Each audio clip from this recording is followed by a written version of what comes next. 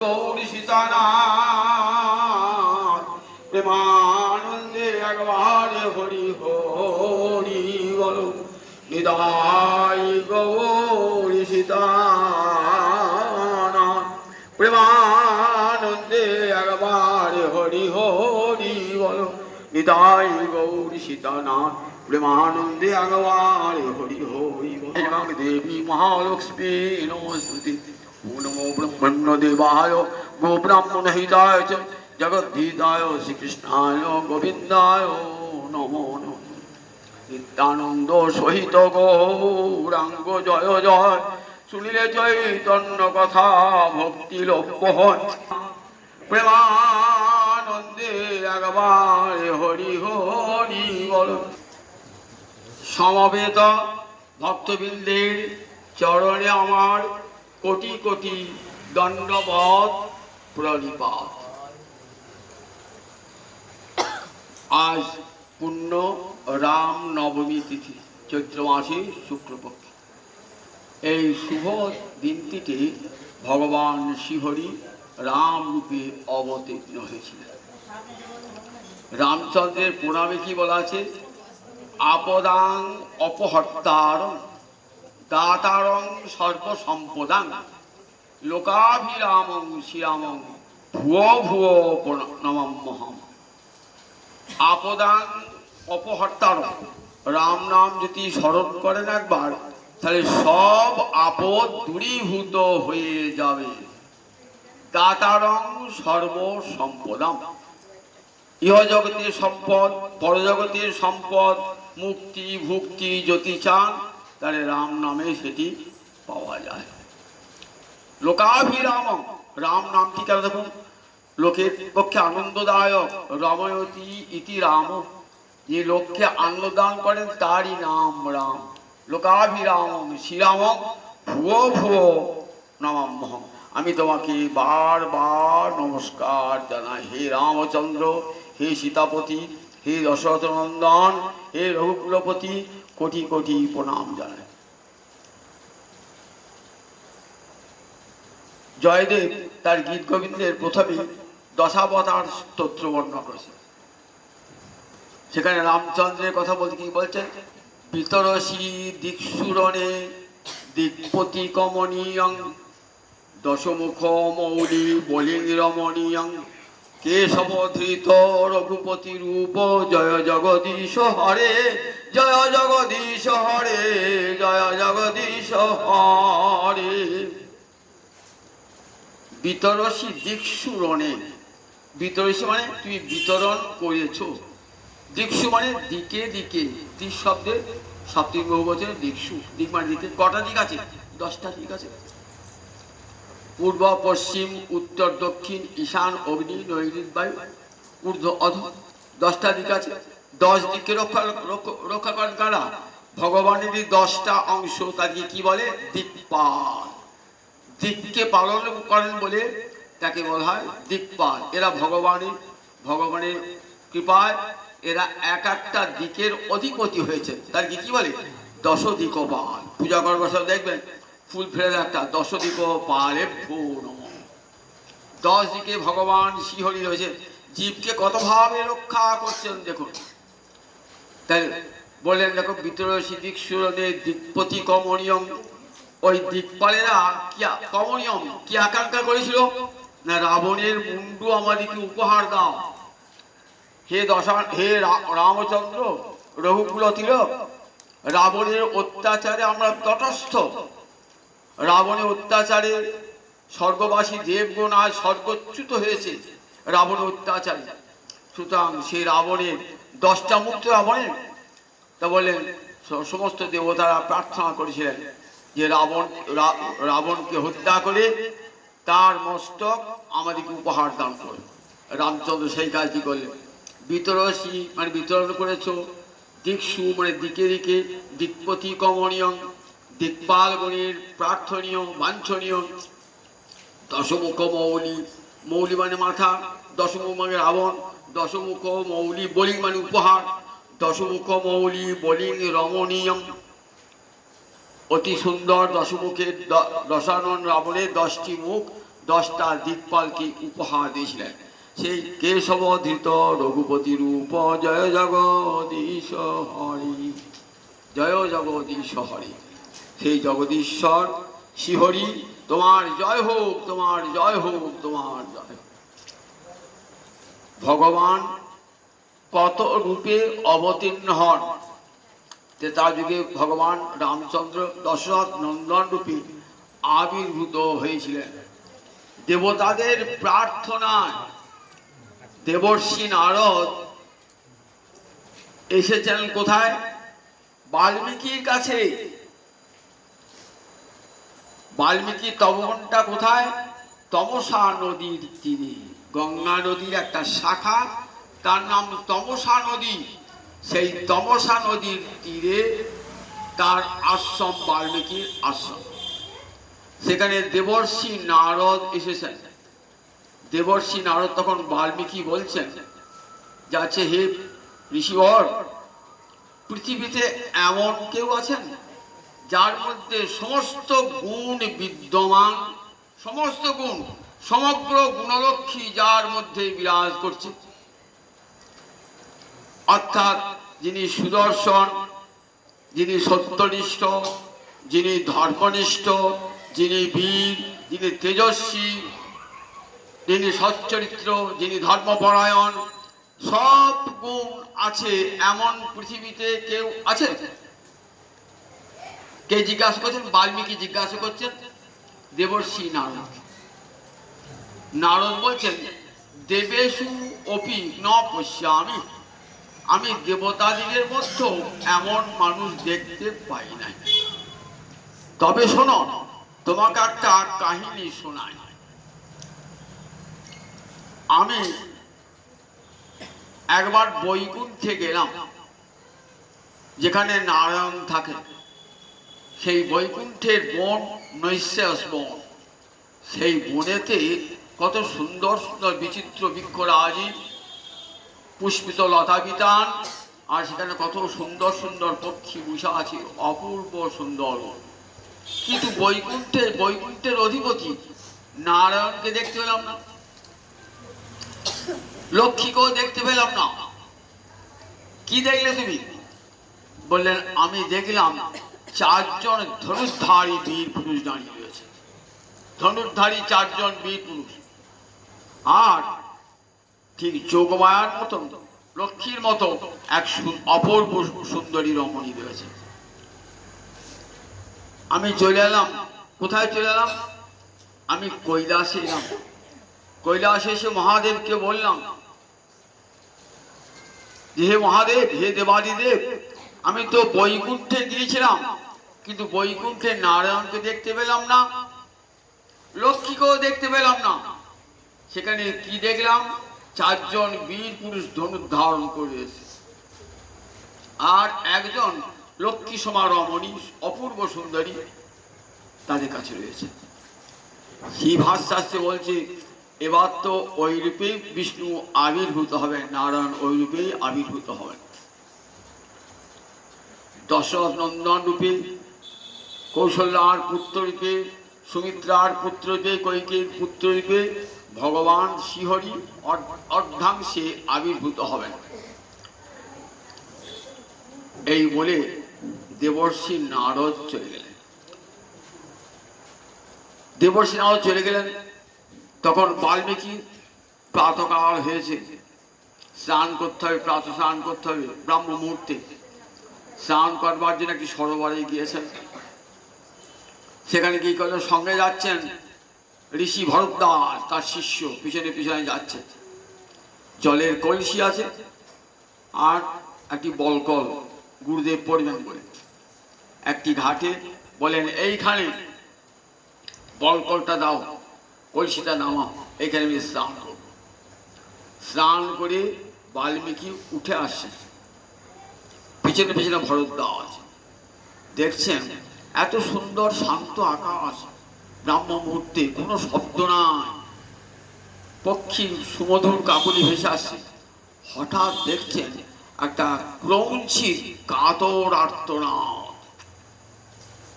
সে আকাশ বাতাসকে মুখর করে তুলেছে। কিছুক্ষণ হেঁটে গিয়ে দেখলেন একটা ক্রৌঞ্চ পুরুষ পাখিটা রক্তাক্ত হয়ে পড়েছে ওই ঋষির চরণে। আর ক্রৌঞ্চিটা মাথার উপর ঘুরছে আর কি আর্তস্বরে বিলাপ করছে। রক্তচক্ষু একটা ব্যাধ এসে হাজির। ব্যাধ বলছে, এই ক্রৌঞ্চটি আমার, আমি একে বাণে বিদ্ধ করেছি। সঙ্গে সঙ্গে ঋষির অন্তরে ক্রোধ লেগে গেল। ঋষি বললেন, মা নিষাদ প্রতিষ্ঠান তব গম শাশ্বতী সমা যৎ ক্রৌঞ্চে মিথুনাদ একম অবধি কাম মহিতাং। ওরে নিশা, নিশা মানে ব্যাগ, মা প্রতিষ্ঠান, তুই কোনোদিনই শান্তি পাবি না।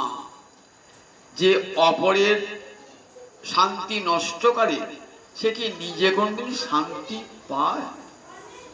অপরের শান্তি যে নষ্ট করে সে নিজে কোনোদিন শান্তি পায় না। বল, ওই ক্রৌঞ্চিটা তোর কি দোষ করেছিল? কেন ক্রৌঞ্চটাকে অকারণে তুই বিদ্ধ করলি? আমি তোকে অভিশাপ দিলাম, মা নিষাদ প্রতিষ্ঠান তম অগম শাশ্বতী সমাজ, চিরদিনের মধ্যে তুই কোনোদিনই শান্তি পাবি না। যৎ ক্রৌঞ্চে মিথুনাদ একম অবধি। আর সুন্দর সুখে উড়ে বেড়াচ্ছিল ক্রৌঞ্চি তার যুগলে উড়ে বেড়াচ্ছিল। পুরুষ পাখিটার স্ত্রী পাখিটি পরমানন্দে উড়ে বেড়াচ্ছিল। তুই তার একটাকে বধ করলি, তোর তাতে কি লাভ হলো? তাহলে তাদের সুখটা নষ্ট করলি। সুতরাং তুই জীবনে কোনদিন সুখ পাবি না। শোকার্ত হৃদয় থেকে বেরিয়ে এলো শ্লোকটা, নাম হয়ে গেল শ্লোক। অনুষ্টুপ ছন্দ এই প্রথম বাল্মীকির মুখ থেকে নিশ্চিত হলো। এই অনুষ্টুপ ছন্দটি বাল্মীকি। দেখবে ভারতবর্ষের রামায়ণ, মহাভারত, গীতা সব এই অনুষ্টুপ ছন্দে, সব 8 অক্ষরী ছন্দ। সব আমাদের হরে কৃষ্ণ নামটিও 8 অক্ষরী। হরে কৃষ্ণ কৃষ্ণ কৃষ্ণ হরে হরে। দেখুন, হরে রাম রাম রাম হরে হরে। 8টা গুণ, 8 অক্ষর 8 অক্ষর আছে। এই অনুষ্টুপ ছন্দ প্রথম বাল্মীকির মুখ থেকে বার হলো। শোক থেকে বেরিয়েছিল, নাম হয়ে গেল শ্লোক। মনে ভাবছি আমি একই বললাম, আমার মুখ থেকে এমন শ্লোক, ছন্দবদ্ধ শ্লোক বার হয়ে গেল। এমন সময় ফিরে এসেছে আশ্রমে সৃষ্টিকর্তা ব্রহ্মা এসেছেন। ব্রহ্মাকে উত্তম আসনে বসিয়েছেন। মনে চিন্তা, আহা, এমন ক্রৌঞ্চ পাখিটাকে রক্তাক্ত অবস্থায় দেখলাম। সাধু মানুষ তো, যার অন্তরে হিংসা নাই, একটা হিংসা দেখে মনটা কাতর হয়ে আছে। বলে, চিন্তা করো না বাল্মীকি, আমারই ইচ্ছায় তোমার মুখ দিয়ে ওই শ্লোক বার হয়েছে। আমার ইচ্ছা তুমি অষ্টাক্ষরী অনুষ্টুপ ছন্দে কুরু রাম কথাং পুণ্যাং শ্লোকবদ্ধাং মনোরমাং, তুমি রাম কথা রচনা করো, শ্লোকে নিবদ্ধ করে ওই অষ্টাক্ষরী ছন্দে, অনুষ্টুপ ছন্দে রাম কুরু পুণ্যাং রাম কথাং, রাম কথা রচনা করো। তোমার এই রাম কথা জগতে কেমন হবে? বললেন, যাবৎস্থাস্যন্তি গিরয় সরিতশ্চ মহিতলে। কতদিন থাকবে আমার রাম কথা পৃথিবীতে? যাবৎস্থাস্যন্তি গিরয় সরিতশ্চ মহিতলে। গিরয় মানে, গিরি মানে পর্বত। পৃথিবীতে যতদিন পর্বত থাকবে, যতদিন পৃথিবীতে নদী সমূহ থাকবে, ততদিন তোমার রাম কথা থাকবে পৃথিবীতে। লোকেষু প্রচলিষ্যতি, আশীর্বাদ করল, লোকেষু প্রচলিষ্যতি। কোন ত্রেতা যুগে, আজ থেকে লক্ষ লক্ষ বছর আগে বাল্মীকি রামায়ণ রচনা করেছেন, রাম অবতীর্ণ হয়েছেন। আজ এখন সমান আদরে রাম কথা সমান। মুদির দোকান থেকে আরম্ভ করে ধনীর আলোয় পর্যন্ত এই রামায়ণের এত আদর। কত ভাষায় যে রামায়ণ রচিত হয়েছে তার ইয়ত্তা নাই, কত রূপে।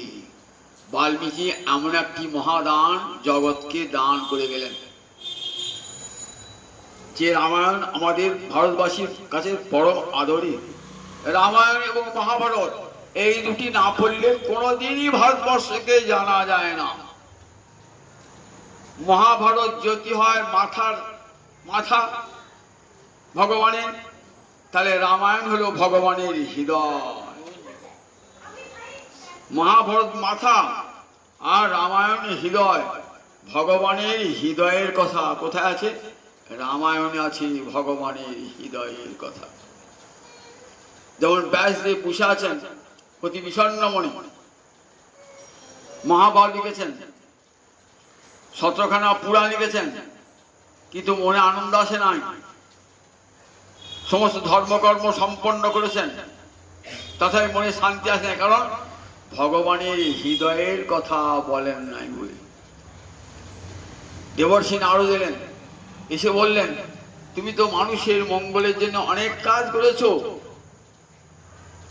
তাহলে তথাপি শোচসি আত্মানম অকৃতার্থ ইব, তথাপি তোমার হৃদয়ে শোক কেন? তোমার মুখটা মলিন লাগছে কেন? বলেন, তার কারণ আমি জানি না। বলেন, কি কারণ জানো? তুমি ভগবানের হৃদয়ের কথা বলো না। সেই ভগবানের হৃদয়ের কথা বলা আছে শ্রীমদ্ ভাগবতে। ভগবানের হৃদয়ের কথা বলা আছে। সব বললেও ভগবানের হৃদয়ের কথা না বললে সেটি পূর্ণ হয় না। তাই রামায়ণ ভারতবাসীর হৃদয়ের কথা, ভগবানের হৃদয়ের কথা। রামায়ণ পড়লে সমগ্র ভারতবর্ষকে জানা যায়। ভারতবর্ষে এত প্রেম আছে, এত গান আছে, এত সৌন্দর্য আছে, এত মাধুর্য আছে, কত ত্যাগ আছে, কত তপস্যা আছে, সেটি রামায়ণ না পড়লে জানা যায় না। ত্যাগ বৈরাগ্যের মুক্তি আমরা দেখতে পাই রামচন্দ্রের মধ্যে। রবীন্দ্রনাথ তাই কবিতাতে বলছেন দেখো, কে রয়েছে নিজ ভালে, নিজ শিরে মুকুটের সম, সবিনয়ে সগৌরবে ধরাধামে দুঃখ মহত্তম। কেমন সুন্দর কবিতা রবীন্দ্রনাথ লিখেছেন। রবীন্দ্রনাথ লিখছেন যে রামায়ণ মহাভারত ভারতবর্ষের সচল ইতিহাস, সচল ইতিহাস, যুগ যুগ পেরিয়ে যাবে, তথাপি রামায়ণ মহাভারতের কদর কোনো দিনই কমবে না। কে রয়েছে নিজ ভালে, নিজ শিরে মুকুটের সম, সবিনয়ে সগৌরবে ধরাধামে দুঃখ মহত্তম। জগতে এমন কোন রাজা আছে যে মুকুটের সমান করে দুঃখটাকে মাথার মুকুট করেছেন? এই রামচন্দ্র দুঃখটাকে মাথার মুকুট করেছে। কে শিখাইছে নিপতিরে ত্যাজিতে মুকুটদণ্ড, হে ভারত নিপতিরে শিখাইছ তুমি ত্যাজিতে মুকুটদণ্ড সিংহাসন ভূমি। হে ভারত নিপতিরে শিখাইছ তুমি। রবীন্দ্রনাথ বলছেন, ভারতবর্ষের মহাদান নিপতিরে শিখাইছ তুমি ত্যাজিতে মুকুটদণ্ড সিংহাসন ভূমি। এই হচ্ছে ভারতবর্ষের চিরকালীন আদর্শ। ক্ষমতা জোর করে দখল করবো নয়, এক মুহূর্তে ক্ষমতা ত্যাগ, এক মুহূর্তে। হে ভারত নিপতিরে শিখাইছ তুমি, জগতের ভারতবর্ষের রাজন্যবর্গ তুমি শিক্ষা দিয়েছ এক মুহূর্তে সিংহাসন ত্যাগ করতে। সিংহাসন দণ্ড হাতে ফেরাও, নিজ ভূমিও পরিত্যাগ। আমরা দেখতে পাই রামচন্দ্রের মধ্যে সেই চরিত্র কেমন উজ্জ্বল হয়েছে। ভগবানের 6টা ঐশ্বর্য। তো কি কি ঐশ্বর্য? ঐশ্বর্যস্য সমগ্রস্য বীর্যস্য যশস্য জ্ঞান বৈরাগ্যস্যৈব ষণ্ডাং ভদ ইতি। ভগবানের 6টা ঐশ্বর্য কি কি?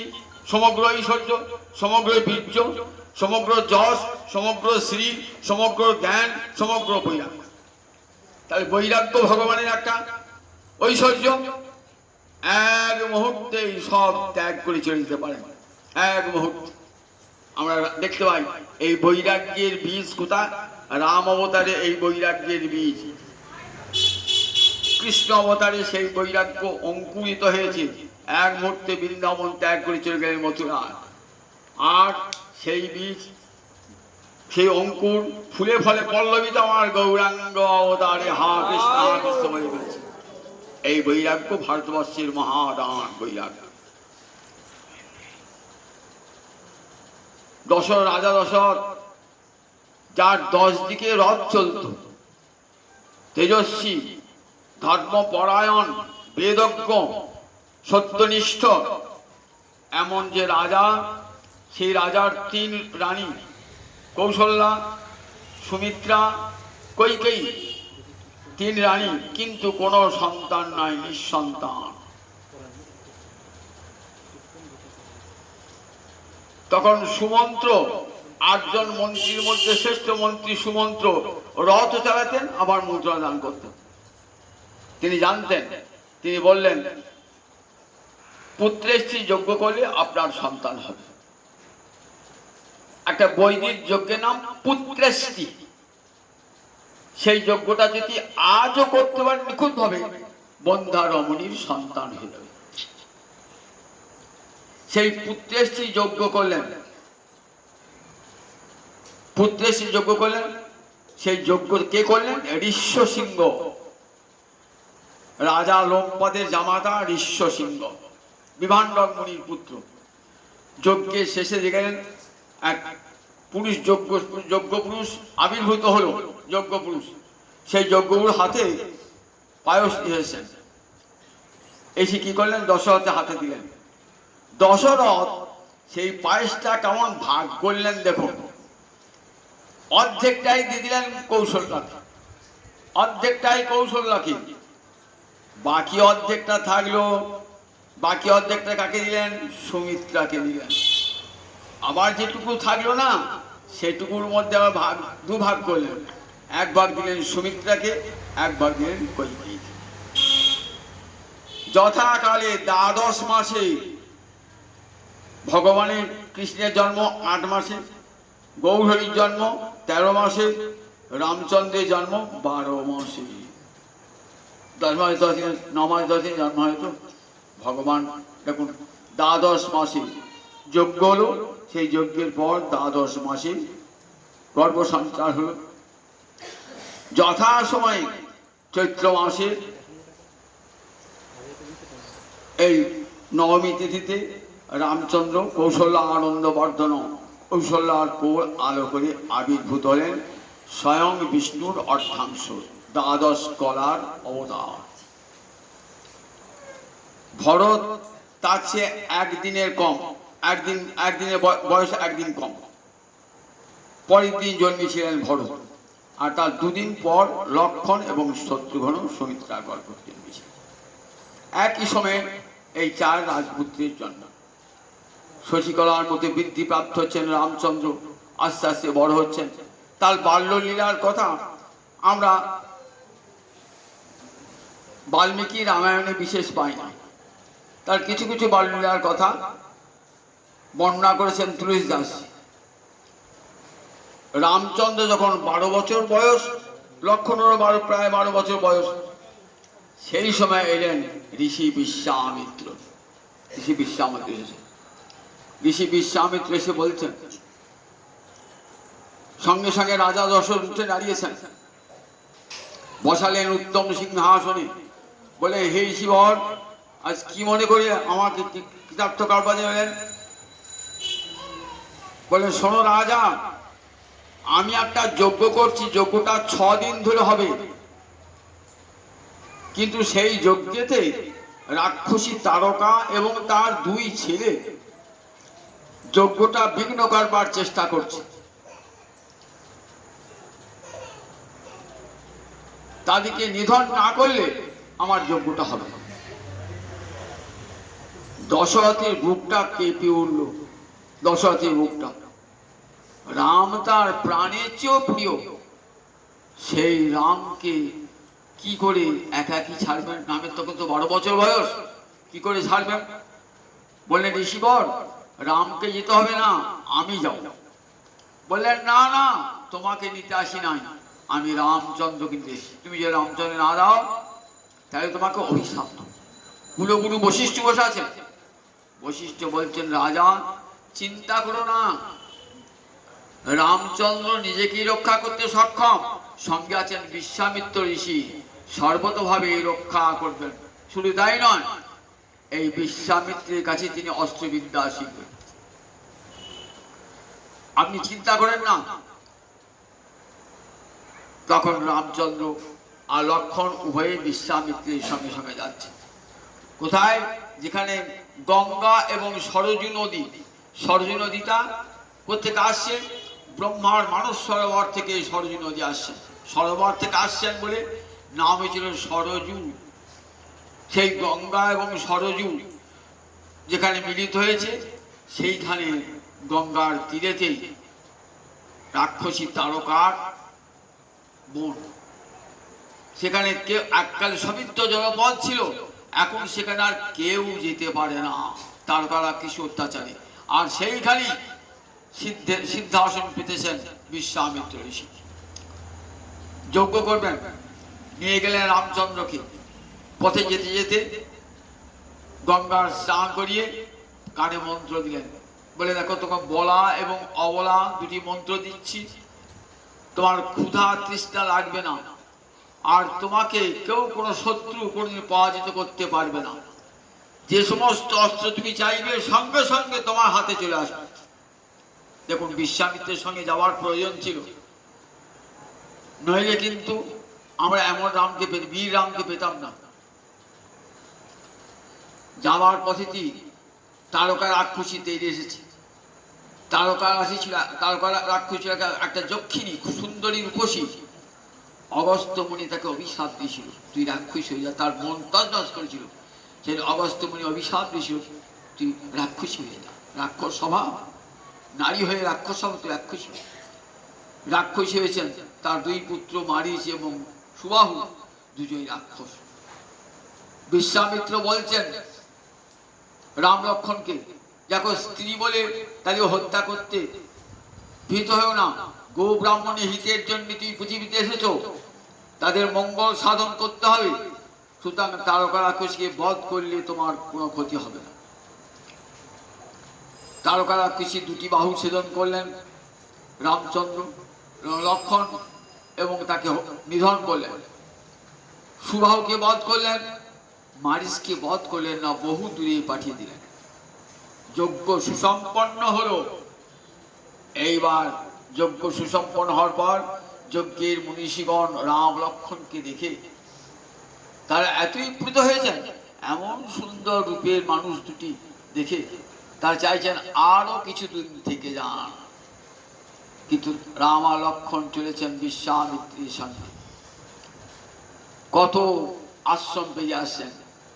রামচন্দ্র জিজ্ঞেসে, এটা কার আশ্রম? বলছে, এটা কন্দর্পদেবের আশ্রম। কন্দ্র মানে কামদেব, মদন, যাকে মদন ভস্মীভূত করেছিল।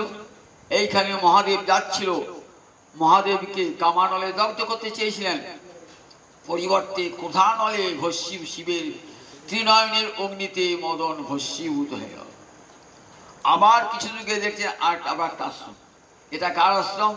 বলে, এখানে দেখো ভগবান শ্রীবিষ্ণু বামন রূপে অবতীর্ণ হয়ে বলির দান গ্রহণ করেছিলেন। এমনি করে যেতে যেতে একটা আশ্রম, বহুদিনকার পরিত্যক্ত আশ্রম দেখতে পেলেন। রামচন্দ্র জিজ্ঞাসা করছেন, ঋষিবর, ওই আশ্রমটি কার? শুনবে সেই বেদনার কথা। এই আশ্রমটি কার? ঋষি গৌতমের আশ্রম। গৌতমের পত্নীর নাম ছিল কি? অহল্যা, ব্রহ্মার কন্যা।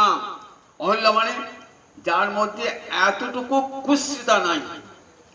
এ জগতে রমণীর মধ্যে দেখবেন যত সুন্দর হোক না কেন, একটা একটা খুঁতটা আছে।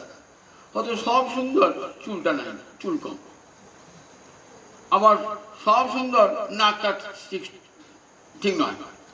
এমনি করে দেখবে একটা একটা খুঁত, চোখটা হয়তো ঠিক নয়, চোখটা বাম চোখটি তেরা হয়ে গেছে। এমনি দেখো যত সুন্দরী মেয়ে দেখুন না কেন, একটা একটা খুঁত থাকবেই থাকবে। কিন্তু অহল্যার কোনো খুঁত নাই। বিশ্বের সব সৌন্দর্য দিয়ে এই তিলোত্তমা নারীকে তিনি তৈরি করেছিলেন। তৈরি করে কাকে দিয়েছিলেন? গৌতম ঋষিকে দিয়েছিলেন। জানেন, গৌতম ঋষি তার রক্ষণকর্তাই একমাত্র গৌতম ঋষি হল। গৌতমকে তার রক্ষার ভার দিলেন। গৌতমের সঙ্গে অহল্যার বিবাহ হলো। আমরা এখন সকাল উঠে এই পঞ্চকন্যার নাম করেন না, পঞ্চকন্যা শরীর নিত্যং মহাপাতক নাশন অহল্যা দ্রৌপদী তারা কুন্তি মন্দোদরী যথা। অহল্যা দ্রৌপদী তারা কুন্তি মন্দোদরী, এই পঞ্চকন্যাকে আমরা সকালে উঠে স্মরণ করি। তাহলে কি হবে? সব পাতক নাশ হয়ে যাবে।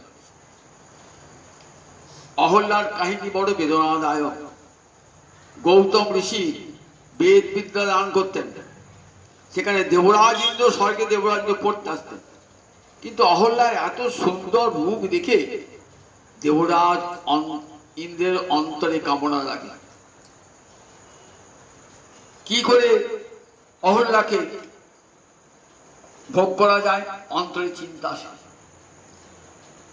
কিন্তু অহল্যা রাজি হবেন না, তাই কি করলেন? গৌতমের রূপ ধরে এলেন সেই আশ্রমে, অর্থাৎ নিজের স্বামীর রূপ ধরে এলেন, স্বামীর রূপ ধরে এলেন। অহল্যা চিনতে পারলেন না, ভাবলেন নিজের স্বামী, স্বামী মিলন চাইলেন। স্ত্রীর কর্তব্য স্বামী মিলন আকাঙ্ক্ষা করলে মিলন দান করা, সঙ্গ দান করা।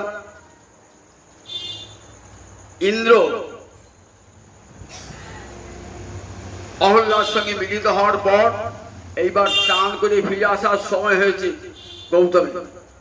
পথে মধ্যে দেখা ইন্দ্রকে অপরাধীর মন তো দেখলে মুখ চোখ থেকে বুঝতে পেরেছেন। শোনো ইন্দ্র, তুমি আমার স্ত্রীর সতীত্ব নষ্ট করেছ, আমি তোমাকে অভিশাপ দিলাম। কি অভিশাপ দিলাম? তোমার অঙ্গে সহস্র যোনি চিহ্ন বার হোক, সহস্র যোনি চিহ্ন বার হোক। স্বর্গের দেবতারা এসে তখন গৌতম মুনিকে ধরলেন যে আমাদের দেবরাজ ইন্দ্র, তার অঙ্গে যদি সহস্র যোনি চিহ্ন থাকে রাজ্য শাসন করবেন কেমন করে? তখন ঠিক আছে, ওই যোনি চিহ্নটা সহস্র চক্ষুতে পরিণত হবে। তাই ইন্দ্রকে কি বলে? সহস্র লোচন। গৌতম এসে নিজ পত্নীকে অভিশাপ দিলেন, দেখো তুমি পরপুরুষের সঙ্গ করেছো, আমি তোমাকে অভিশাপ দিলাম, তুমি পাষাণী হয়ে এইখানে থাকো। সেই থেকে পাষাণ প্রতিমা হয়ে রয়েছেন অহল্যা। রামচন্দ্র যখন ত্রেতাযুগে অবতীর্ণ হবেন, তখন রামচন্দ্রের চরণ কমলের স্পর্শে তুমি আবার জীবন ফিরে পাবে, আমি তখন তোমার কাছে আসব। বিশ্বামিত্র বলছেন যাবেন? যাবে প্রভু, চলো একবার সিদ্ধাশ্রমে চলো। জানেন বিশ্বামিত্র রামচরণের স্পর্শ পেলে পরে পাষাণী অহল্যা প্রাণ ফিরে পাবে। রামচন্দ্র গিয়ে অহল্যার অঙ্গুলে স্পর্শ করেছেন না, আশ্রমে প্রবেশ করে সঙ্গে সঙ্গে অহল্যা একবারে মানবী মূর্তি ধারণ করেছে। ঠিক জানতে পেরে গৌতম ঋষি এসেছেন। অহল্যা প্রণাম জানালেন রামচন্দ্রকে, রামচন্দ্র অহল্যাকে প্রণাম জানালেন। এইবার কোথায় চলেছেন? এইবার চলেছেন মিথিলা রাজা জনকের গৃহে। জনক এবং কুশধ্বজ, জনকের আসল নাম শিরধ্বজ, ভাইয়ের নাম কুশধ্বজ। দুই ভাইয়ের 4টি কন্যা। তারা তখনকার দিনে 8 বছরে আগে বিয়ে হয়ে যেত, গৌরী দান বলতো। 8 বছরের বেশি হলে কন্যা অরক্ষণীয় হয়ে যেত তখনকার নিয়ম অনুযায়ী। তাই বিবাহের জন্য তারা প্রস্তুত হচ্ছেন দুই ভাই।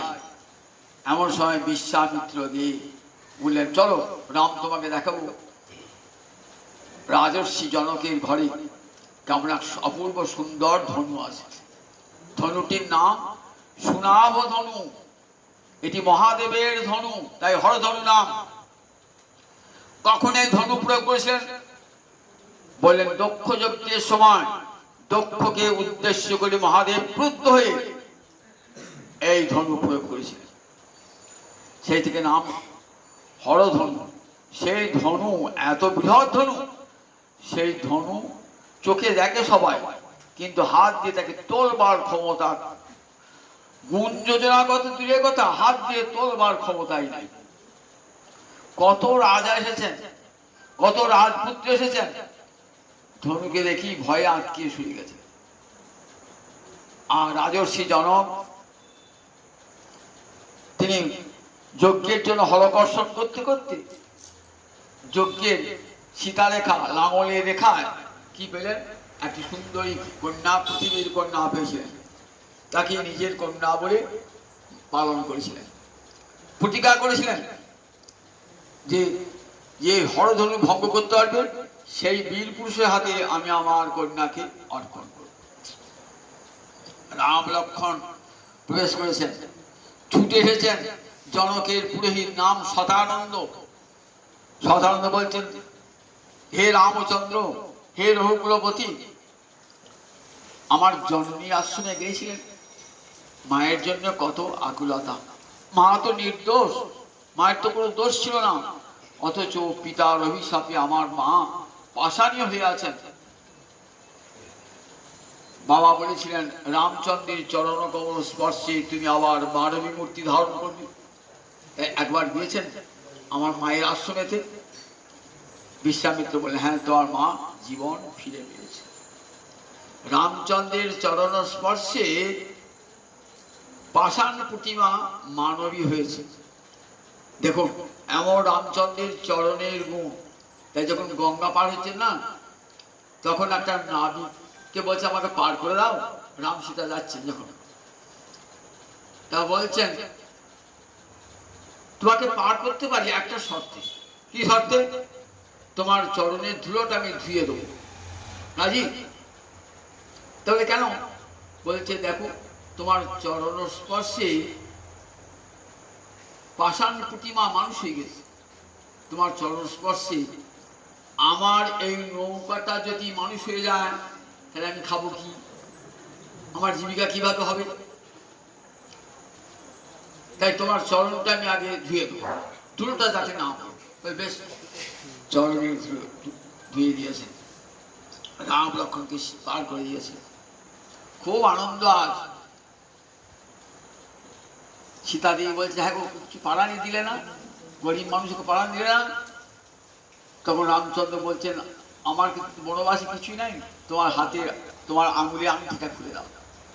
না না, আমি আর সবচেয়ে বড় পাওনা পেয়েছি, আমি তোমার কাছে কিছুই চাই না, যুগ যুগ ধরে আশীর্বাদ করো, তোমার শ্রীচরণে যেন আমার মতি থাকে, কিছুই চাই না। রামচন্দ্রের চরণ স্পর্শে জল সেচার যে সেউটি থাকে না, নৌকায় থাকে, জল ঢুকে ছিঁচবেন, সেখানে রাম সীতা পা দিয়েছে, সোনা হয়ে গেছে, সেটি সোনা হয়ে গেছে। তা দেখুন চরণ স্পর্শের এত গুণ। সীতার সঙ্গে যখন বিয়ে হবে না, সখীরা বলছে সীতা পতি হলো পরম গুরু, তুই আগে স্বামীকে প্রণাম কর। সীতা ভয় করছে, প্রণাম করতে ভয় করছে। ওই চরণে এত গুণ, পাষাণী মানুষ হয়েছে, মানুষ যদি পাষাণ হয়ে যায়, পাষাণ হয়ে যায়। সীতা চরণ স্পর্শ করতে পারছে না, ভয় করছে চরণে ধরতে। এইবার রাম লক্ষ্মণকে দেখা যায় গোটা মিথিলার লোক দেখতে এসে, এত রূপের মানুষ হয়। কৃষ্ণ যখন মথুরায় যান না, তখন দেখবেন ভাগবতে বর্ণনা আছে, দুপাশে সবাই দেখতেছে, নারী পুরুষ সব। অনেক নারী স্নান করছিলেন, সেই স্নাত অবস্থায় ছুটে এসছে। কেউ সাজগোজ করছিলেন, ফেলে চলে এসছেন কৃষ্ণকে দেখবার জন্য। ঠিক তেমনি করে রাম আর লক্ষ্মণ, বয়স কত? দুজনের 12 বছর বয়স, দেখবার জন্য পাগল হয়ে ছুটে আসছেন মিথিলা নগরী। প্রবেশ করেছেন মিথিলা নগরীতে রাজর্ষি জনকে। রামচন্দ্রের আগ্রহ, সেই ধনু দেখাবে না? বলে হ্যাঁ দেখাবো, প্রাতকালে এই ধনু দেখাবো। রামচন্দ্র আর্নি করবেন, তার পূর্বে পূজার ফুল তুলতে হবে। তো কোথায় ফুল তুলবেন? সুন্দর জনক রাজার সুন্দর ফুলের বাগান, সেই ফুলের বাগানে রাম আর লক্ষ্মণ দুজনে ফুল তুলছেন, হাতে ফুলের সাজি। একজন সখী দেখে এসেছি। সীতাকে বলছে, জানিস সীতা, কি রূপের মানুষ দেখলাম রে, এমন মানুষ দেখি নাই। দেখ সীতা, যদি দেখিস একবার তাহলে নয়ন ভরে যাবে। এমন মানুষ দেখলে পারে পৃথিবীতে এমন মানুষ হয়? কি সুন্দর রূপ জানিস, নব দুর্বাদর শ্যাম, একজনের শ্যামবর্ণ, একজন গৌরবর্ণ, এতটুকু রূপের কোথাও খুঁজ নাই। জানিস, আমি তো সেই রূপের বর্ণনা করতে পারছি না। আমার ঠিক রাধারানী যেমন বলেছিল না, দেখে এলাম তারে সহিব, দেখে এলাম তারে একই রঙে, এতই রূপ নয়নে না ধরে। দেখ, চোখ দেখে বটে কিন্তু বলতে পারে না, নয়ন রূপ দেখতে পায় বটে বলিতে পারে না। আবার বদন বলতে পারে বটে দেখতে পায় না, বদন বলে বটে কিন্তু দেখতে পায় না। নয়নে যদি কথা বলবার ক্ষমতা থাকতো আর বদনে যদি দেখবার ক্ষমতা থাকতো, তাহলে সেই রূপের কিঞ্চিত বর্ণনা করা যেত। সখী দেখেছি সীতাকে বলছেন, সীতা কোথায় গিয়েছেন? সেই পুষ্পোদ্যানে দেবী দুর্গার মন্দির, গিরিজার মন্দির আছে, সেই মন্দিরে গিয়েছেন দেবী গিরিজার অর্চনা করবার জন্য। সখী যখন এসে বলেছে, কই সীতার চিত্ত আকুল হয়ে আছে। সেই লক্ষ্মীনারায়ণ তো পরস্পর চিরকালের চেনা, তাই নারায়ণ লক্ষ্মীকে দেখবার জন্য, লক্ষ্মী নারায়ণকে দেখবার জন্য আকুল হয়ে আছেন, আকুল হয়ে আছেন। কই দেখতে পাচ্ছি না ওই রূপের মানুষকে। তখন দেখছেন লতা পাতার মধ্যস্থান মাঝখানে লুকিয়ে আছেন রামা লক্ষণ। পহিল হিরাগ নয়ন ভঙ্গ হয়ে গেল। রাধারানী কৃষ্ণ দর্শন করেছেন পূর্বরাগ, তো পূর্বরাগে যে রূপ দর্শন করলেন সে রূপে আর বর্ণনা করবার ক্ষমতা নাই। দর্শন করে যাচ্ছেন তো করে যাচ্ছেন, যেন চোখের পলক না পড়ে। যে হেরিবে কৃষ্ণানহন তারে করে দু নয়ন, বিধি হইয়া হেন রবিচার। মোরে বলে যদি ধরো কোটি আখি তারে করো, তবে জানি যোগ্য সৃষ্টি তার। যখন গোবিন্দ দর্শন করতেন তখন গোপীরা কি বলতেন? যে হেরিবে কৃষ্ণানন তার করে দুনয়ন, বিধি হইয়া হেন অবিচার। ওহে ব্রহ্মাণ্ড সৃষ্টিকর্তা বিধাতা, তুই উত্তম সৃষ্টি জানো না? জগতের সবার জন্য দুনয়ন যথেষ্ট, কিন্তু গোপীদের দুটি নয়ন যথেষ্ট নয়। দুটি নয়ন, তাতে আবার নিমেষ আচ্ছাদন দিয়েছ। কি করে দেখবো গোবিন্দ বদন? কেন লক্ষ নয়ন দিলে না হে, কেন লক্ষ নয়ন দিলে না হে। আমরা অপলকে চেয়ে রইতাম, কেন লক্ষ নয়ন দিলে না হে। আইসি সীতা দেবী অবস্থা ঠিক সেরকম। রামরূপ দর্শন করছেন, তো দর্শন করি তৃপ্তি মিটছে না। নিমি রাজা এই চোখের পলকে থাকেন, সে নিমেষ বলা হয়, চোখের পলকে থাকেন নিমি রাজা। নিমি রাজাকে রাজর্ষি জনকের পূর্বপুরুষ, সেই জন্য চোখের পলকে আমরা কি বলি? চোখের পলকে আমরা বলি নিমেষ। তা নিমি রাজা কন্যা জামাতার এই মিলন দৃশ্য দেখা উচিত নয় বলে কি করলেন? পলক থেকে, চোখের পলক থেকে সরে গেলেন। সীতা দেবী অপলক দৃষ্টিতে চেয়ে আছেন রামচন্দ্রের দিকে, রামচন্দ্র চেয়ে আছেন সীতা দেবীর দিকে। দেবী গিরিজার অর্চনা করবেন, তো মনে মনে রূপ দর্শন করতে করতে কি করছেন? আর তো বেশিক্ষণ দেখতে পাবো না, রূপটা আমি হৃদয়ে পুড়ে নিই বলে চক্ষু ধ্যান করেছে, চক্ষু দুটি চক্ষু নিমিলিত করেছে। সখীরা বলছে, দেখ ধ্যান করতে যাবি রামরূপ দর্শন হবে না তো। তুই গিরিজার ধ্যান করছিস, গিরিজার ধ্যান তো করেন নাই, রাম রূপের ধ্যান করছেন, রাম রূপের ধ্যান করছেন। কোন রকমের সখীদের সঙ্গে গেলেন, সখীদের সঙ্গে গিয়ে দেবী গিরিজাকে প্রণাম জানিয়ে বলছেন, ঠিক যেমন করে রুক্মিণী, যেমন করে গোপীরা বলেছিলেন, নন্দগোপ সুতম, নন্দগোপ নন্দনকে আমাদের পতি করে দাও। রুক্মিণী দেবী কি বলেছেন, হে দেবী গিরিজা, শ্রীকৃষ্ণ যেন আমার গোয়াত পতির মেয়ে, ভগবান কৃষ্ণ তদ অনুমোদতাং, কৃষ্ণ যেন আমার পতি হয়। ঠিক তেমনি করি যে রূপ দর্শন করলাম, ওই রামচন্দ্র যেন আমার পতি হয়। মনে মনে ভাবছেন, কি করে রামচন্দ্র আমার পতি হবে? অত বড় ধনুটা কেউ তুলতে পারলে না, রাবণের মতন বীর পুরুষ এসেও তুলতে পারলে না। আমি ছোট তার সুকুমার অঙ্গ, 12 বছরের বালক, কি করে তুলবে, কি করে তুলবে ধনুকটা? মনে ভাবছেন, বাবা এমন একটা প্রতিজ্ঞা করে বসে থাকলো, আমি আর রামচন্দ্রকে পাবো না। মনে ভাবছেন, আমার আর রামচন্দ্রকে পাওয়া হলো না, অথবা ধনুকটাকে তুলবে কেউ? কত বড় বড় বীর এলো, আর এমন সুকুমার অঙ্গ যাদের, সুকোমল অঙ্গ যাদের, তারা কি করে ধনুকটা তুলবে? মনে মনে ভাবছেন, মনে ভাবছেন দেবী দুর্গাকে বলছেন, তুমি তো শক্তির দেবী, শক্তি দাও, শক্তি দাও, রাম রাম রাম হৃদয়ে শক্তি দাও, যাতে ধনুকটা তুলতে পারে, আমার বাঞ্ছা যাতে পূর্ণ হয়। চোখের জল ফেলে গিরিজার চরণ ধুয়ে দিলেন। মা, তুমি তো আমার মনের বাঞ্ছা জানছো, তুমি কৃপা করে আমার বাঞ্ছা পূর্ণ করো। মা, তুমি তো সকলের বাঞ্ছা পূর্ণ করো, আমার বাঞ্ছাটাও পূর্ণ করো। তুমি তো জানছো আমি তো মন খুলে কাউকে বলতে পারছি না, আমি তো রামকেই প্রতিরূপ পেতে চাই, কিন্তু কি করে পাবো? ওইটুকু ছেলে কেমন করে ধনে তুলবে? মা সুনয়না এসেছেন, জনক রাজার পত্নী, ভাবছেন রাজা এমন একটা পণ করে বসেছে যে এমন সুন্দর ছেলেটিকে আমি পাবো না। রাজা এমন একটা পণ করে বসেছে, রাজা ওইটুকু ছেলে অত বড় ধনটাকে তুলতে পারে? মনে মনে ভাবছে।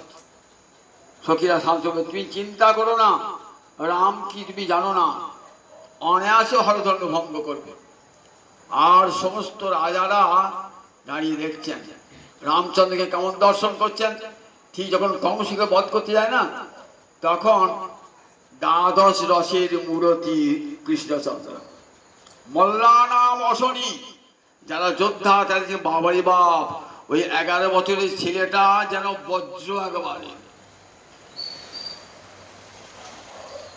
মল্লানাম অশনি, যারা ক্ষত্রিয় তারা কি দেখছেন, বাবারি বাপ সাক্ষাৎ বীর পুরুষ, মৃত্যুর ভোজপথে ভোজপতি কংসকে দেখছেন, সাক্ষাৎ আমার মৃত্যু দাঁড়িয়ে রয়েছে। স্বজনগণ কি দেখছেন, তা দেখছেন নিজের প্রিয়জন হিসেবে দেখছেন, পিতামাতা পুত্রকে দর্শন করছেন। ঠিক সেই রকম রামচন্দ্রকে দর্শন করি সব যারা রাজন্যবর্গ এসেছেন না, কেউ কেউ প্রভু জ্ঞানে প্রণাম করছেন।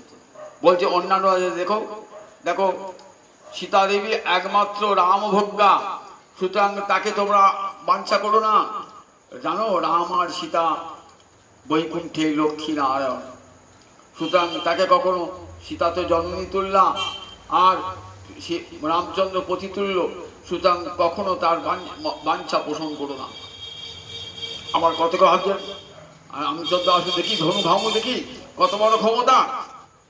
ধীরে ধীরে বিশ্বামিত্র এলেন, শক্তি সঞ্চার করছেন। গেলেন কোথায়, যজ্ঞশালায় গেলেন, বিশাল হরধনু, বিশাল হরধনু। লক্ষণ বলছেন, দাদা দাদা হরধনু তোলো। লক্ষণ, কোনো চিন্তা করো না, আমি যথাসময়ে হরধনু তুলব। হরধনুটি তুলেছেন, হরধনু তুলেছেন, হরধনু সঙ্গে সঙ্গে হরধনু তুলে ফেললেন। এইবার ঠিক যেমন করে দেখুন, একটা হাতি যেমন করে একটা প্রাণীকে ছুঁড়ে দিয়ে তোলে না, ঠিক তেমনি করে রামচন্দ্র তুললেন হরধনুটাকে। এইবার গুণ পড়াতে হবে তো ধনুকে, গুণ পড়াতে হবে তো। ধনুকে গুণ পাওয়া যাবেন কি, ধনুটাই ভেঙে দু আধখানা হয়ে এমন শব্দ হলো, একবার স্বর্গের দেবতারা পর্যন্ত কম্পিত হচ্ছে, সারা ভূমণ্ডল কাঁপতে লাগলো। খুব আনন্দ, সীতা দেবীর তো মনে আনন্দ বড়। আবার সমস্ত রাজন্যবর্গের কারু মনে আনন্দ দেখা দিয়েছে, কারু মনে বিদ্বেষ দেখা দিয়েছে যে আমরা ধনুটা তুলতেই পারলাম না, আর এই 12 বছরের ছেলেটা ধনুটা তুলে গুণ পড়া দিকে ধনুটা ভেঙে দু আধখানা হয়ে গেল। এত সব তীব্র না দিয়ে একবারে স্বর্গ মর্ত পাতাল কাঁপিয়ে তুলল। এত বড় শক্তি এই ছেলেটা, তাহলে তো সীতা দেবীকেই পাবে, আমরা যুদ্ধ করবো এই বলে সব মনে ভাবছে। ঠিক যেমন রুক্মিণীকে বিবাহ করবার সময় কৃষ্ণ এসেছেন না, আর সঙ্গে সঙ্গে শিশুপাল এসেছেন তার রাজেন্দ্রবর্গের সঙ্গে নিয়ে। কিছুতেই কৃষ্ণের অঙ্ক সায়নী হতে দেবো না রুক্মিণীকে, ঠিক তেমনি সব রাজা এসেছেন, বৃদ্ধ পক্ষ রাজা রাজগুণ এসেছেন। এইবার বিশ্বামিত্র বলছেন নিয়ে আসুন কন্যাকে। সদানন্দ পুরোহিত গেলেন, চলো সীতা, চলো মা, এইবার তোমাকে বড়মাল্য অর্পণ করতে হবে। রাজার প্রতিজ্ঞা ছিল যে হরধনু ভঙ্গ করবে তার পরে আমার কন্যাকে অর্পণ করব, তোমার সেই বাঞ্ছিত বর এসেছে, চলো। সীতা দেবী চলেছেন বড়মাল্য হাতে করে, রাম রূপ দর্শন করছে, রামের মুখের দিকে চেয়ে আছেন। দেখছেন রামচন্দ্রের মুখের ছায়াটা পড়েছে, প্রতিবিম্বটা পড়েছে নিজের কঙ্কনের উপরে, কঙ্কন দিকে তাকিয়ে আছেন, কঙ্কনের দিকে মুখ তুলে দেখাতে পারছেন না। মুখ তুলে তাকাতে গেলে আর রাম রাম রূপটা দর্শন হবে না। সখীরা বলছে বরমাল্য অর্পণ কর, বরমাল্য অর্পণ কর। বিমনস্ক হয়ে গেছেন সীতা দেবী, হাতের কঙ্কনে দেখছেন সেই রাম মূর্তি দর্শন করছে। যেমন গোবিন্দের অঙ্গেতেই রাধারানী দর্শন করতেন, নিজ প্রতিবিম্ব দর্শন করতেন, দর্শন করছে। এমন সময় সকল বহু নারী নর নারী সহ সমেত হয়েছে। রামচন্দ্র কি করলেন, সীতা দেবী রামচন্দ্রের কণ্ঠে বড়মাল্য দর্পণ করে যায়। সমস্ত মেয়েরা মুখরিত হইল, মিথিলা নগরী উলুধ্বনিতে মুখরিত হইল। রাম সীতা মিলন হলো, সবাই মিলে হরি বলো। রাম সীতা মিলন হলো, এগারো বাহু তুলে হরি বলো। সীতা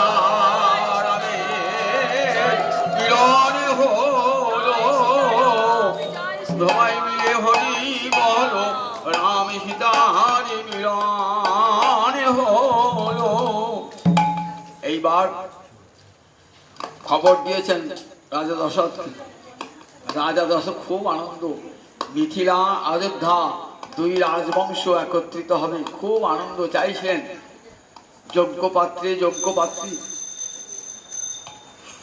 লক্ষণকে অর্পণ করলেন উর্মিলার রক্ষণে হস্তে উর্মিলাকে। কুশধ্বজের দুই কন্যা মান্ডবী সুতকৃতি ভরতা শত্রুঘ্নকে বিবাহ করে দান করে কত আনন্দ। মহারাজ দশরথ চলেছে আজ আনন্দে, আনন্দের পুরী, কত আনন্দ করে রামের প্রতিমধ্যে পরশুরাম এসে দাঁড়িয়েছে। পরশুরাম বলছে রামচন্দ্র হরধনু ভঙ্গ করেছ, আমার এই ধনু ভঙ্গ করে দেখি। রামচন্দ্র বলছেন দেখুন, আমি এখনই ইচ্ছা করলে আমার শক্তি দেখাতে পারি, আপনাকে গতিশক্তি স্থির করে দেবো, আমরা তপবল নষ্ট করে দেবো। বললেন না, আমার গতিশক্তি নষ্ট করো না, আমার তপবল নষ্ট করে সব তপবল আমি তোমাকে অর্পণ করলাম। পরশুরাম তো ভগবানের একটা অবতার, ক্ষত্রিয় রুধিরময় জগৎ অপগত পাপ পয়সী শমিত ভবতাপ। ক্ষত্রিয় বিদ্বেষী ছিলেন, 21 বার পৃথিবীকে ক্ষত্রিয় ধারণ করে ক্ষত্রিয় মুক্ত করেছিলেন। রামচন্দ্র ক্ষত্রিয় তো বুঝতে পারলেন এসে গেছেন ভগবান, ত্রৈলোক্যপতি মধুসূদন এসে গিয়েছে, আমার অবতার তো শেষ। এইবার রামচন্দ্রের লীলা শুরু হবে। চলে গেলেন অযোধ্যা। অযোধ্যায় কত আনন্দ, অযোধ্যার আনন্দের সীমা নাই। আজকে চার ভাই চার কন্যাকে নিয়ে এসে উপস্থিত হয়েছেন। বিবাহের আনন্দে মশগুল সব। কিন্তু দেখো এই আনন্দ বেশি দিন স্থায়ী হল না। একটি বছর সুখে কাটালো, 12টি বছর সুখে কাটালো। সুখে কাটানোর পর এইবার তখন হঠাৎ বজ্রপাত, ওই যে টঙ্কির অভিশাপ, ওই যে শ্লোক বলেছিলেন না, মানসদ প্রতিষ্ঠান, করুণ রসের কাহিনী, সেই করুণ রসের কাহিনী আমরা দেখতে পাই গোটা রামায়ণ জুড়ে। সীতাদেবী এলেন, এটা রাজপ্রাসাদে পরম সুখে রয়েছেন, রামচন্দ্রের সঙ্গে ঘর সংসার করছেন রামচন্দ্রের সঙ্গে। এইবার কইকেই বর চেয়ে বসলো, দুটি বর চেয়ে বসলো, একবারে ভরতকে রাজা আর একবারে রামচন্দ্রকে 14 বছর নির্বাসন। আবার সুখের সংসার ভেঙে গেল। সুখেরও লাগিয়া যে করে প্রীতি, দুঃখ যায় তার ঠাঁই। আবার দুঃখের আগুন লেগে গেল সুখের সংসারে, আবার দুঃখের আগুন লেগে গেল। রামচন্দ্র বনবাস, এরপরে যে ঘটনাগুলি না বড় বেদনাদায়ক, বড় বেদনাদায়ক। এই শেষ এই যে জীবনটা না, এরপরে জোরপূর্বক প্রতিজ্ঞা করেছিলেন দশরথকে কইকেই যে আমার 2টো বর তোমাকে দিতে হবে, শপথ করেছিলেন। বেশ 2টো বর তুমি নাও, কিন্তু রামচন্দ্রকে বনবাসে পাঠাবো কেমন করে আমি, আর ভরতকেই বা রাজা করবো কেমন করে। ঠিক হয়ে গেছে, পুষ্যা নক্ষত্রে রামচন্দ্রের অভিষেক হবে, কিন্তু অভিষেক হলো না, সেই অভিষেক হলো না। কইকেই চেয়ে বসলো, 2টো বর এখনই দাও। কইকেই সবচেয়ে বেশি সুন্দরী ছিল কইকেই 3 নারীর মধ্যে, অশ্বপতির কন্যা, পিতা বড়লোক রাজা, আবার তেমনি সুন্দরী, তাই তার কত দেমাগ, কত অহংকার ছিল। রাজা দশরথ মেনে নিয়েছিলেন সুন্দরী বলি। কি দাপট ছিল অযোধ্যা রাজবাড়িতে, কৌশল্যা এবং সুমিত্রার উপর সে দাপট দেখাতো। বর চেয়ে বসলো, সোনার পাত্রে, তাই বলেছেন সোনার পাত্রে গড়ল, দেখতে সুন্দরী হয়ে হবে কি, মনটা গড়লে ভরা। আবার সঙ্গে মন্থরা, মন্থরাকে না বিরোচনের কন্যা, সে তো বিষ্ণু বিরোধী, কিছুতেই রামচন্দ্রকে সিংহাসনে বসতে দেবেন না। তাই রামচন্দ্রের সংসারে সুখের আগুন লাগলো।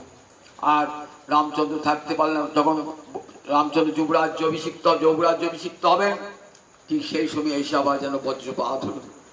রাম এক মুহূর্তে, বৈরাগ্য ভগবান একটা গুণ তো, এক মুহূর্তে সোনার অযোধ্যা এক মুহূর্তে পরিত্যাগ করলেন, এক মুহূর্তে পরিত্যাগ করে চলে গেলেন সীতাদেবীকে নিয়ে বনবাসে। 14 বছর কাটালেন বটে, সে কারণ সুখ হল না। সীতাকে হরণ করলো রাবণ। 1 বৎসর সীতা রয়েছেন কারাগারে, অশোকবনে বন্দিনী, নয়ন জলে ভাসছেন। শেষ পর্যন্ত ভাবছেন যদি রামচন্দ্র না আসেন তা আমি আত্মহত্যা করব। চুলের মুঠিটা বেঁধেছেন অশোক কর্ণের সঙ্গে, অশোক বনের সঙ্গে, অশোক গাছের ডালের সঙ্গে বেঁধেছেন। প্রাণটা পরিত্যাগ করে যাবেন, এমন সময় দেখছে হনুমানকে, রঘুপতি রাঘব রাজা রাম পতিত পাবন সীতারাম, রঘুপতি রাঘব রাজা রাম পতিত পাবন সীতারাম, জানকী জীবন অহল্যা মোচন, জয় জয় সীতারাম, জয় জয় সীতারাম, দশরথ নন্দন ত্রিভুবন পাবন, দশরথ নন্দন ত্রিভুবন পাবন, জয় জয় সীতারাম, জয় জয় সীতারাম, জয় জয় সীতারাম, জয় জয় সীতারাম, জয় জয় সীতারাম, জয় জয় সীতারাম। মধুর স্বরে গান করছে। তাকিয়ে দেখলেন কি, প্রথমে সন্দেহ হলো, আংটিটি দিলেন, তখন সন্দেহ, বললেন যাও আমার মাথার মুকুটটা নিয়ে দাও। বলে রামচন্দ্র তোমার যিনি উবাস করে আছেন, রামচন্দ্র তুমি যেদিন থেকে চলে এসছো, মনে ভেবেছে রামচন্দ্র বলে আমাকে ভুলে গেছে। চেরিরা কত কষ্ট দিচ্ছে, চেরিরা রাবণ এসে ভয় দেখাচ্ছে, তুমি যদি আমার কথায় সম্মত না হও তোমার দেহটায় কেটে টুকরো টুকরো করবো, আর ওই মাংস দিয়ে আমার প্রাতরাশ হবে, সকালের খাবার হবে। এমনি করে কামছে যে আমার দেহ কেটে ধ্বংস করো, তথাপি আমি তোমার কাছে যেতে পারবো না। যখন রাবণ আসতেন, নিজের 2টো উরু দিয়ে দেহটাকে লুকিয়ে রাখতেন, কারণ তার লেলিহান দৃষ্টি থেকে নিজেকে রক্ষা করবার জন্য। কি করে লক্ষ্মণ সীতা দেবী বেঁচে থাকবেন? দেবরাজ ইন্দ্র নিয়ে আসতেন হবিষান্ন, স্বর্গ থেকে নিয়ে আসতেন, সেই হবিষান্ন খেয়ে সীতা দেবী বেঁচেছিলেন। হবিষান্ন খেয়ে যথাসময়ে হনুমান গেলেন, হনুমান সংবাদ জানিয়ে দিলেন, রামচন্দ্রকে সংবাদ জানালেন।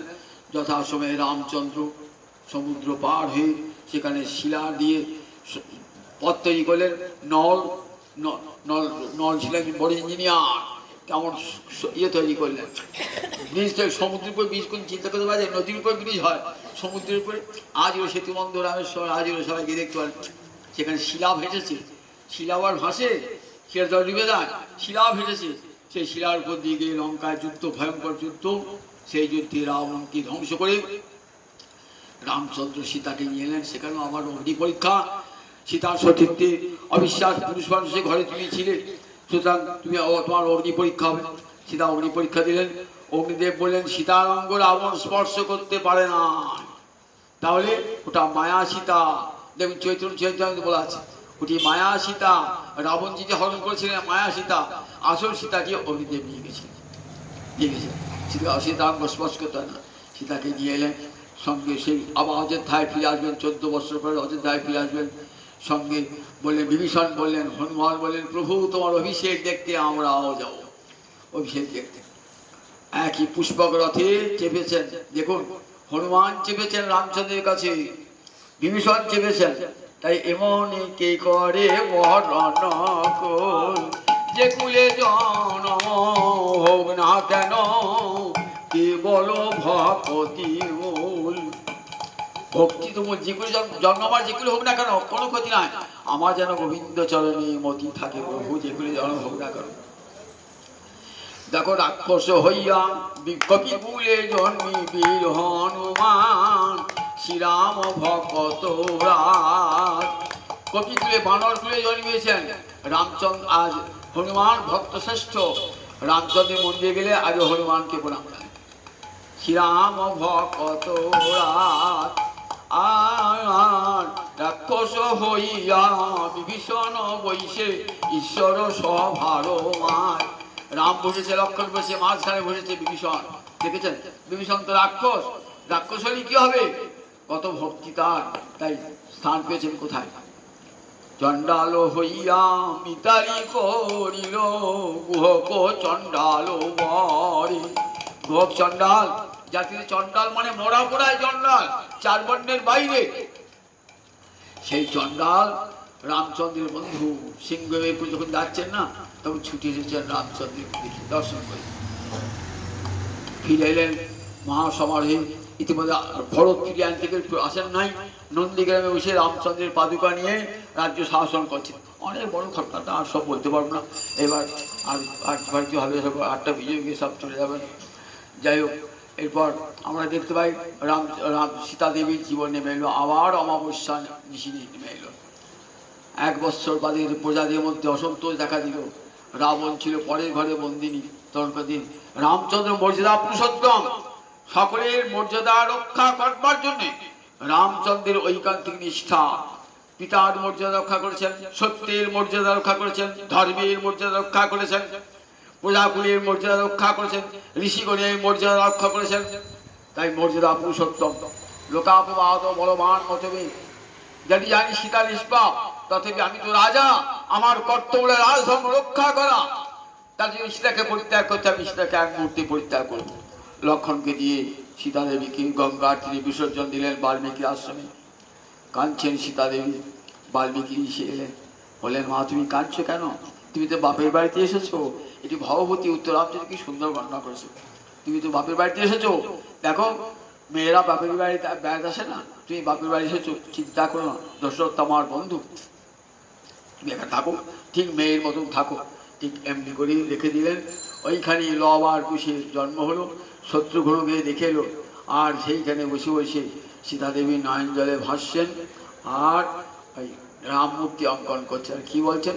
জন্মনি জন্মনি তমেসিন ভর্তা, জন্মে জন্মে আমার পতি হইও, জনমে জন্মে যেন আমার পতি হইও। জন্মে জন্মে যে মার পতি হোক। জন্মনি জন্মনি তমসীমে ভতি ভর্তা, তুমি জন্মে জন্মে আমার ভর্তা হল। এরপর সীতা দেবী আমার দেখি লব কুশে রামায়ণ রচনা করেছেন, লব কুশেই গান গাইছেন রামচন্দ্রের অশ্বমেধ যজ্ঞে। সেখানে তো পূর্ণাহুতি দেওয়ার জন্য পাশে বাম পাশে সীতা দেবীকে চায়, কি করলেন, স্বর্ণ সীতা নির্মাণ করলেন। তার আগে সীতা দেবীকে নিয়ে এসছেন, সীতা দেবীকে বলছেন যে দেখো তোমাকে পরীক্ষা দিতে হবে, তোমার চরিত্র জিনিস পাপ দিতে হবে। এতগুলি সামনে আমার বড় বড় ছেলে, তার সামনে আমার চরিত্রের সত্যি পরীক্ষা দিতে হবে। আর সীতা দেবী বুঝালে না, যে রাজ্যের প্রজারা আমার চরিত্রে সন্দেহ করে আমি সেই রাজ্যে রাজধানী হতে রাজি নই। হে মাধবী, হে পৃথিবী দেবী, আমার মনে যদি রামচন্দ্র ছাড়া অন্য কোনো পুরুষের মনে স্থান না পায়, এই দেহি মেয়ে বিবরণ দাও দেবী, তোমার গর্ত দাও, আমি তোমার গর্তে প্রবেশ করি।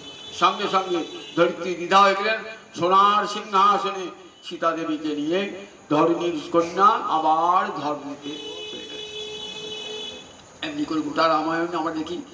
মাইকেল মধুসূদন মেঘনাদ কাব্য রচনা করেছিলেন, তো ভাবছিলেন বীর রসে লিখবো, কিন্তু বীর রসে লিখতে পারেন নাই, করুণ রসের স্রোতে সব ভেসে গেছে। গাই নোয়া বীর রসে মাছি বলেছিলেন, প্রতিজ্ঞা করেছিলেন, কিন্তু লিখতে পারেন নাই। রামায়ণ তো চোখের জল, রামায়ণ করুণ রসের কাব্য, এমন কাব্য হৃদয়ের কথা। ভারতবর্ষে ত্যাগ, বৈরাগ্য, প্রেম, ভালোবাসা, আনন্দ, দুঃখ সব রামায়ণ রয়েছে। ইতিহাসের কাব্য। রামায়ণ যদি রচিতা হতো, আমাদের এমন সুন্দর সমাজ তৈরি হতো, এমন সুন্দর সংসার তৈরি হতো। সব রামায়ণে পাই, মহাভারতে পাই এমন সুন্দর সংসার সমাজ। সেই রামচরিত্র যুগ যুগ ধরে আলোচিত হবে। যতদিন পৃথিবীতে গিরি নদী পর্বত থাকবে, ততদিন পর্যন্ত রাম কথা ঘরে ঘরে আলোচিত হবে। জয় নিতাই, জয় নিতাই।